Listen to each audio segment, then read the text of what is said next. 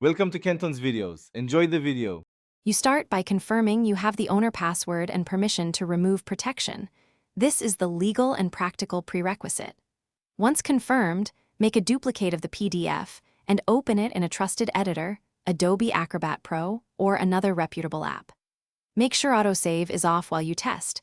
This prevents accidental overwrites.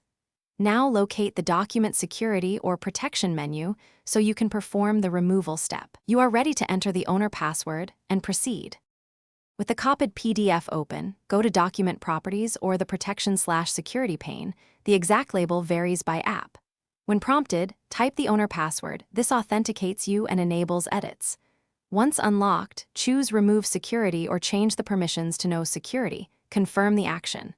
After removal, inspect the file to ensure text selection, printing, and form filling work as expected. If you plan to share, save as a new file name so the original stays intact. Save the unlocked PDF under a new name, then verify you can print, copy, and edit.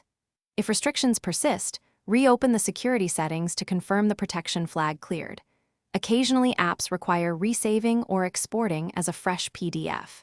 If you can only open but not remove restrictions, you likely used a user/open password instead of the owner password. Get the owner password or the original author's consent. As a final tip, use a different trusted editor to cross-check results. Thanks for watching. Consider subscribing if we helped you.